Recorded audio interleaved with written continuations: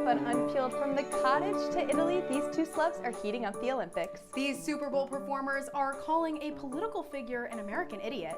These Broadway shows wanted to build a snowman after New York shut down on Monday. And fans of this show are banishing a popular player on social media. All that and more, Unpeeled starts right now.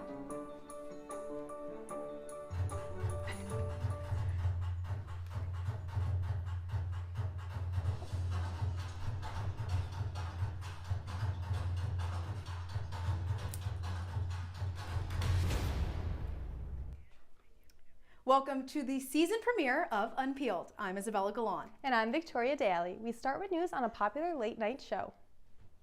Beloved late-night talk show host Stephen Colbert has announced the date of his final show.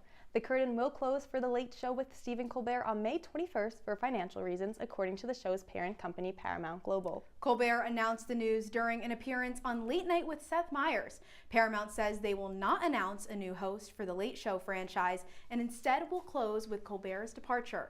While he will be missed on our screens every night, his 10-year legacy will be remembered. And from TV to the red carpet, the nominations for the 98th Academy Awards were released last Thursday, and with it, a new record.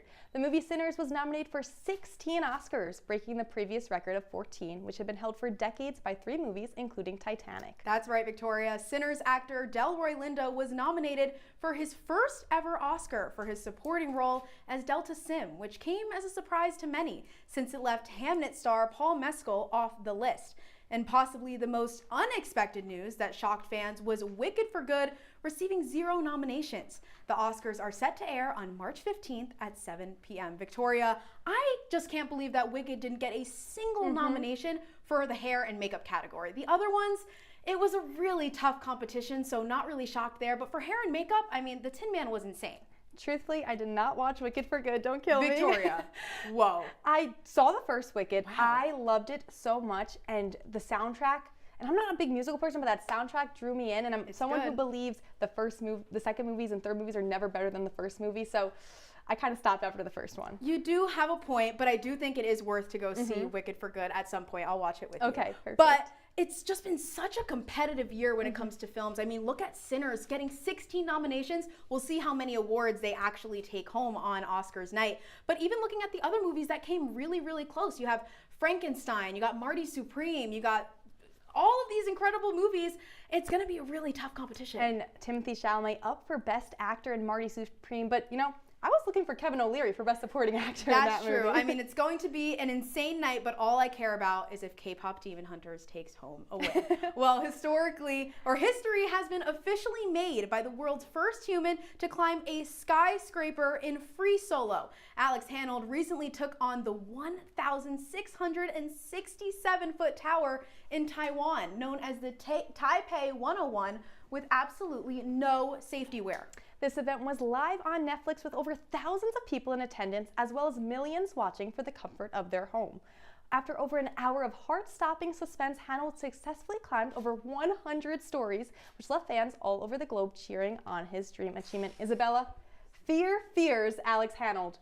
You got that right. I mean, I cannot even imagine climbing anything, but then let alone 100 stories with no gear. And this isn't his first climb. In 2018, Netflix put out a documentary when he free soloed climb a mountain in Yosemite, California, and I thought that was insane. And now 6 years later, here he is climbing a building. Yeah, he is no stranger to this dynamic feat, that's for sure. He started climbing at the age of 5 years old, which is just so wholesome. I can't imagine your hobby that you start as a kid is now taking you to these insane heights. And he did, according to the New York Times, he did get compensated for it, but the craziest part about all of this was he said he would have done it for absolutely no money at all. Yeah, he told reporters this was just a milestone in his climbing journey, and get this, he did it because he was curious on what it would be like to climb a big building. I mean, I have never been curious to climb a big building in my life. Have never been curious and will never be curious. But from Netflix to HBO, there's no denying that the new hit show Heated Rivalry has been lighting up our screens these past few months. Stars Connor Story and Hudson Williams lit up Italy as well as torchbearers in the lead up to the 2026 Winter Olympics in Milan Cortina, Italy. The official Olympics account posted on Instagram saying, quote, "Olympic flame plus Hudson Williams and Connor Story as torchbearers equals Absolute Cinema. This is an amazing honor for these beloved breakout stars, as their show has received tons of positive feedback from fans, athletes, and now national competitions like the Olympics. And dribbling onto the court, Syracuse fans chanted "Fire Autry" from the stands at Saturday's game against the University of Miami. This marked the third consecutive loss for the Syracuse men's basketball team, and after last night's game against NC State, they have now dropped to 12-9 on the season and 3-5 in the ACC. Coach Adrian Autry shrugged off the negative comments and insisted that the season is far from over. He claimed that the coaching staff as well as the team will continue to keep fighting. However, the team will need to win 8 of their last 11 games to qualify for bubble status in the NCAA tournament. Like we just said, they just lost another game last night. I'm not a big sports fan. We all know this. But I thought we were doing good at the beginning of the season. We were winning tons of games. And we showed so much potential in the beginning. We had that huge upset over Tennessee. We almost beat Houston in the beginning of the season, but then there was all these close games that we should have won. We lost to Hofstra, to Boston College, Virginia Tech. Games that we should have won because we said we have to win 8 of our last 11 games, and the rest of our schedule is really tough. We have to play UNC twice, Duke, Notre Dame on Saturday. I don't know. I don't know. It really is upsetting. I really do think they can pull it off. I am having hope. And I'm a senior. I've never seen the men's team in the NCAA tournament. Oh my God. I want to see it. That would be absolutely crazy. But what I will say, though, is in regards to the chants that were yelling "Fire Autry," we just got to remember time and place. At the end of the day, I know sports fans are going to be mad at me for saying this, but it was never that serious. It's okay. Like, people make mistakes. I get it. They got to work harder next time. But calling chants like that is just disrespectful. Syracuse men's basketball players were also backing up their coach. They didn't really appreciate the chants either. So it's we'll see what happens with the rest of the games at home this season. That is for sure. Well, when we return, this year's Super Bowl halftime performers are facing political pressure. And is TikTok finally here to stay? Find out after the break. Stay right with us, Unpeelers. Welcome to an excellent episode of Live from Studio B.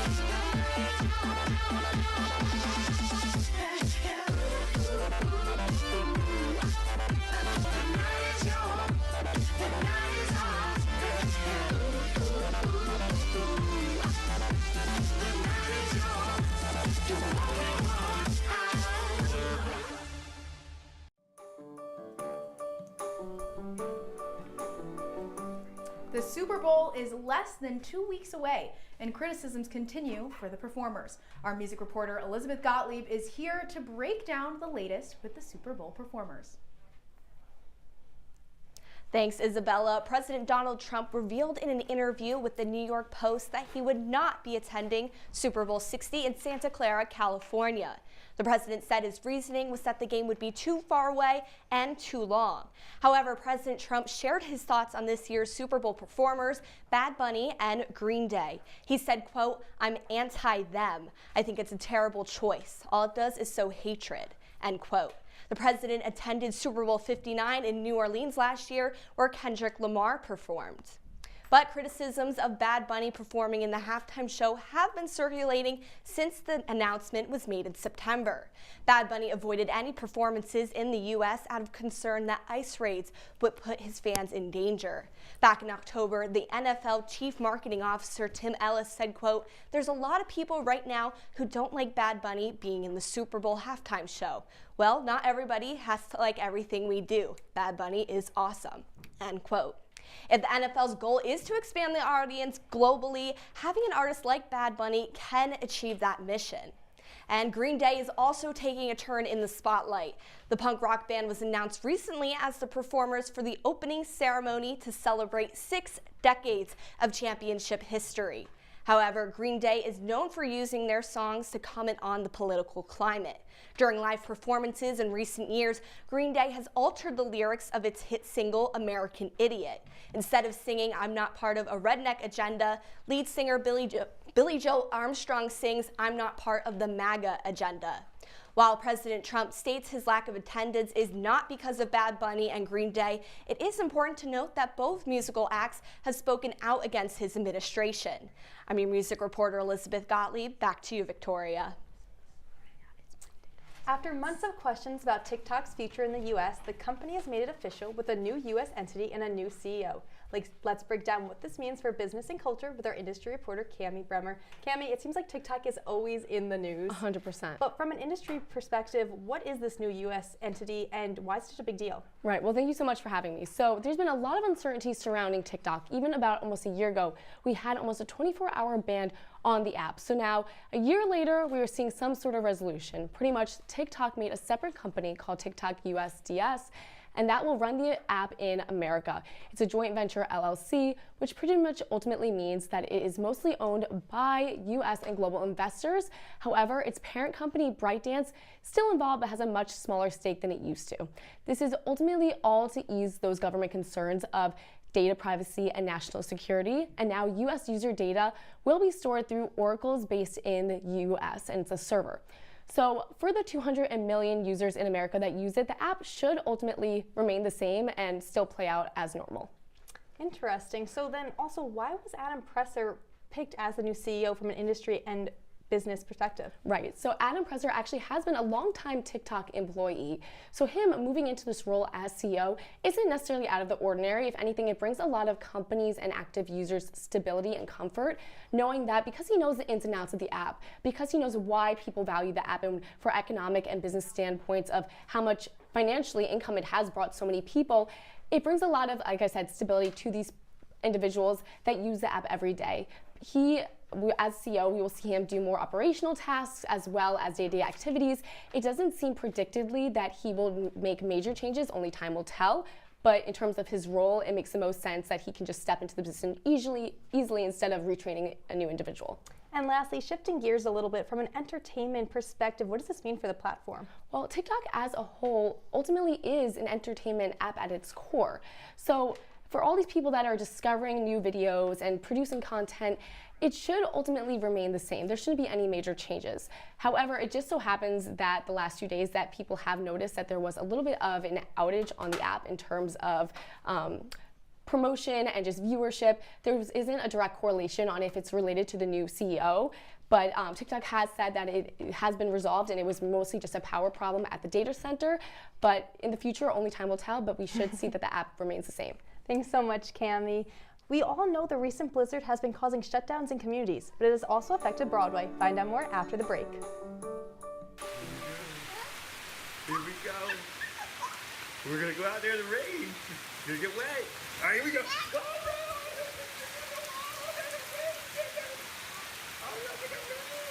okay, quick.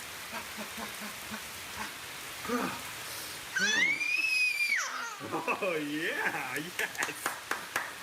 So much fun. Mwah. Yeah, Dad. We're getting so wet. Oh,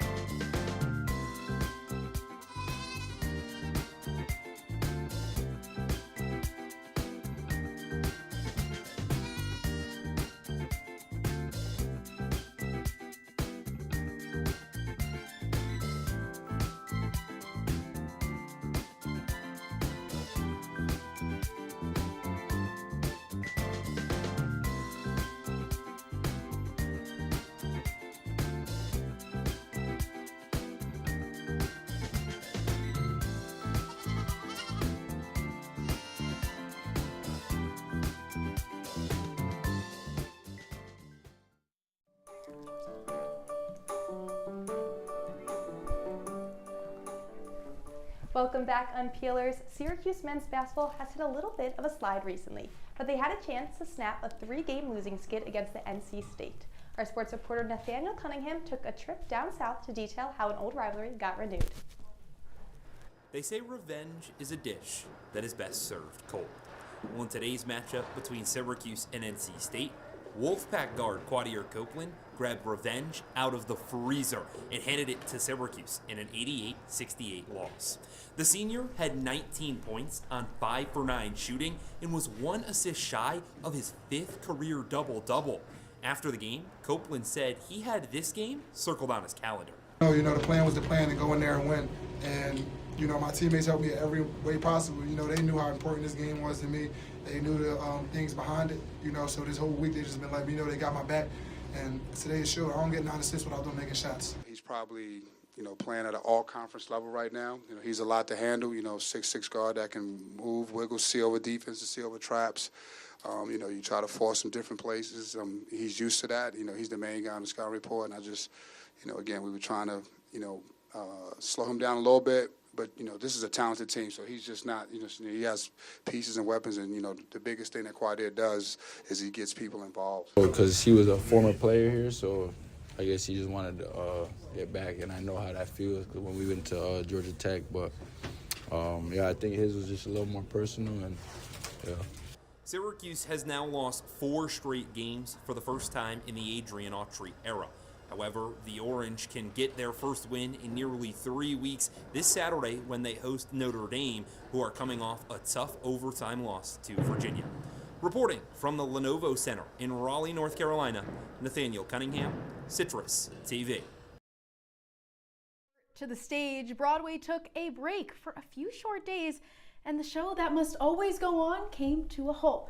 Here to talk more about this shutdown is my fellow Broadway lover, Kate Galanti. Kate, this has been a long time coming. I'm so excited. I'm so excited to talk about this with you. Tell me about the Broadway shutdown that happened with all the weather that was going on. Okay, so our fan favorite musicals, Ragtime, MJ the Musical, all were postponed this past weekend, and it really is unfortunate timing because we are amidst Broadway Week, which is a twice yearly celebration where fans get 2-for-1 ticket deals. So fans were not too happy, to say the least, but it had to happen because there was just a lot of snow coming down in the city. Yeah, absolutely. And is this unusual? Has Broadway closed other times because of weather? Well, the saying, the show must go on, and that remains true for Broadway. Broadway rarely closes down due to snow because of the subways and buses constantly running.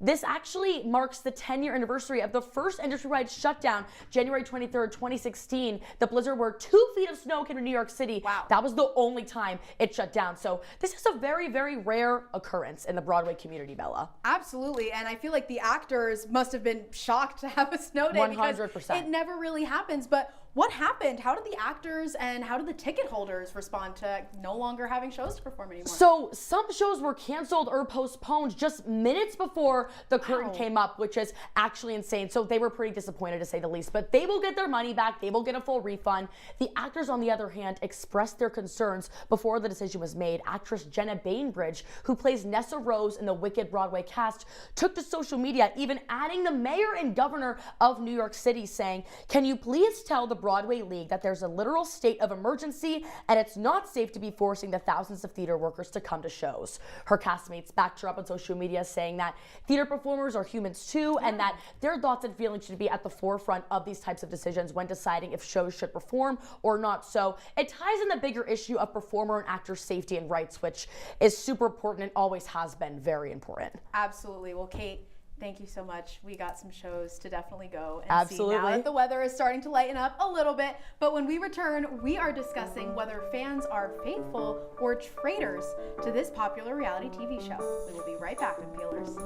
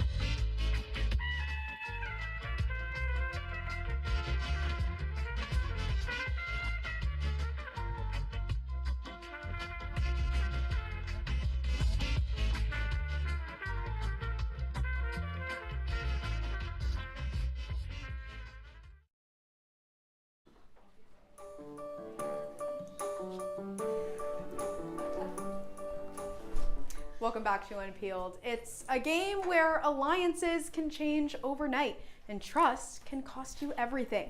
The Traitors has quickly become one of the most talked about reality TV shows, and our reality TV reporter Gabriella Guadalupe has the latest. Gabriella? Thank you, Isabella. If you're looking for your next reality TV obsession, The Traitors is for you. The hit competition series just wrapped up the season 4 finale of The Traitors UK, and now all eyes are on the US version, which is quickly taking over the internet. Now, in its 4th season, The Traitors US drops a cast of familiar faces into a Scottish castle where deception is the name of the game. Players are secretly assigned as either faithfuls or traitors, with the traitors working behind the scenes to eliminate competitors, while the faithfuls try to expose them before it's too late. This season's cast includes actor Michael Rappaport, Love Island USA standout Rob Roush, and other favorites, making season 4 one of the most talked about yet. Now, it wouldn't be a top-rated, record-breaking reality show without a little drama. And this season, much of it is surrounding former Bachelor Colton Underwood. Underwood appeared on season 23 of The Bachelor in 2019, where he began a relationship with winner Cassie Randolph. After the couple split in May of 2020, Randolph filed a restraining order just months later, accusing Underwood of stalking her, tracking her car, and sending anonymous messages. The order was later dropped.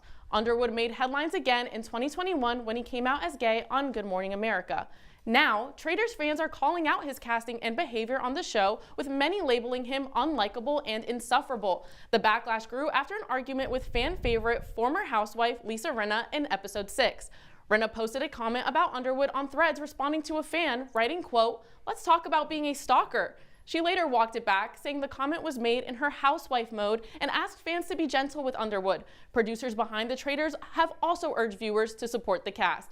Episode 7 of The Traitors US premieres tomorrow night at 9 p.m. on Peacock. Host Alan Cummings says the episode features the greatest moment in Traitors history. So don't miss it, because I know I won't. Back to you guys.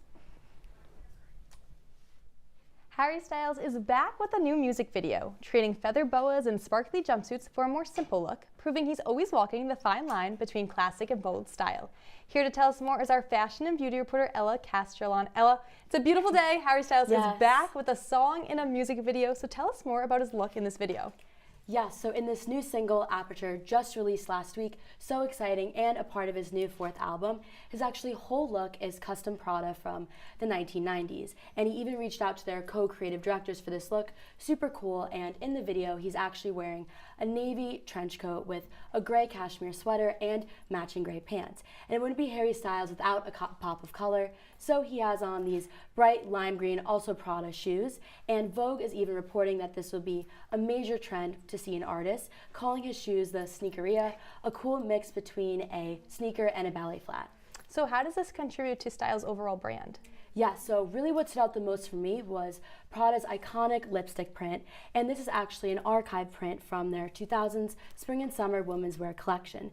And I think this lipstick print really does such a good job at channeling his brand of being able to really challenge traditional menswear fashion and really exceeding gender expectations.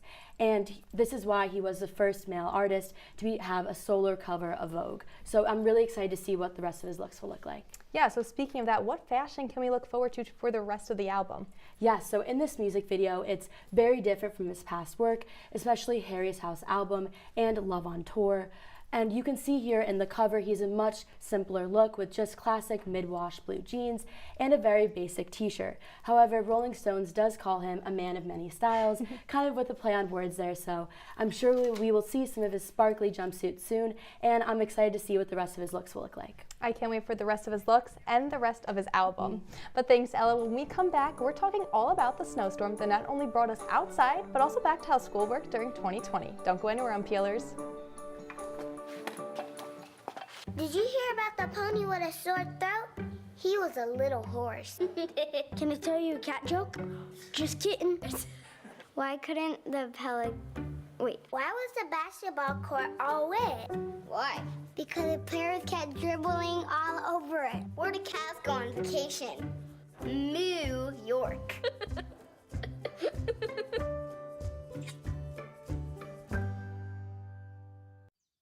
Jason, let's go see your room.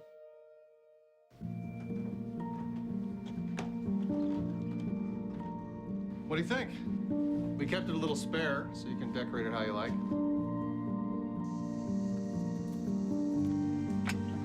Dinner! Go. Excellent. Soccer is fun. Yeah, I saw you guys out there.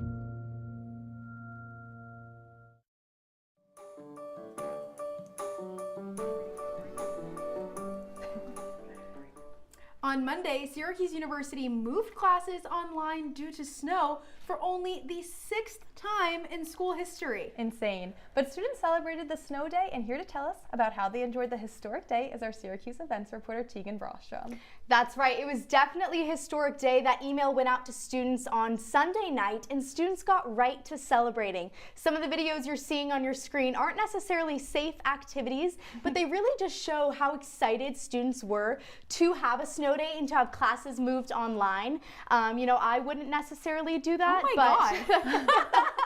But they got really excited and got creative in their ways. A lot of students also were doing the classic sledding down Krause Hill. Yeah, I did partake in that. Exactly, classic Syracuse tradition. And you know, for me, being from California, this was my first snow day ever. Oh my God! So we're the East Coast girls. Oh my God, that's so exciting! So I jumped into those snow activities as well. I was excited to participate, have my classes moved online. I went sledding down Krause Hill, enjoyed some nice time in the my warm house. I love that. I actually didn't leave my apartment for like over 40 hours. So you were better than me, you guys being able to go out and go sledding. I'm sure it was a lot of fun. I remember doing it freshman year, and I think we used like garbage bags. The thing is to use anything but a sled. Exactly. Anything but a sled. Was such great memories too. I love doing snow angels. That's my perfect outdoor activity in the snow. What about you, Victoria? I'm always out there shoveling my driveway. That's true. That is so true. I had to dig out my car. It was a nightmare. But unfortunately, that is all the time that we have with you tonight. Thanks for tuning in. Make sure to follow us on our socials at Unpeeled_Syracuse on Instagram and at CitrusTV on X. I'm Victoria Daly. And I'm Isabella Galan. From all of us here at Unpeeled, stay snowy, Syracuse.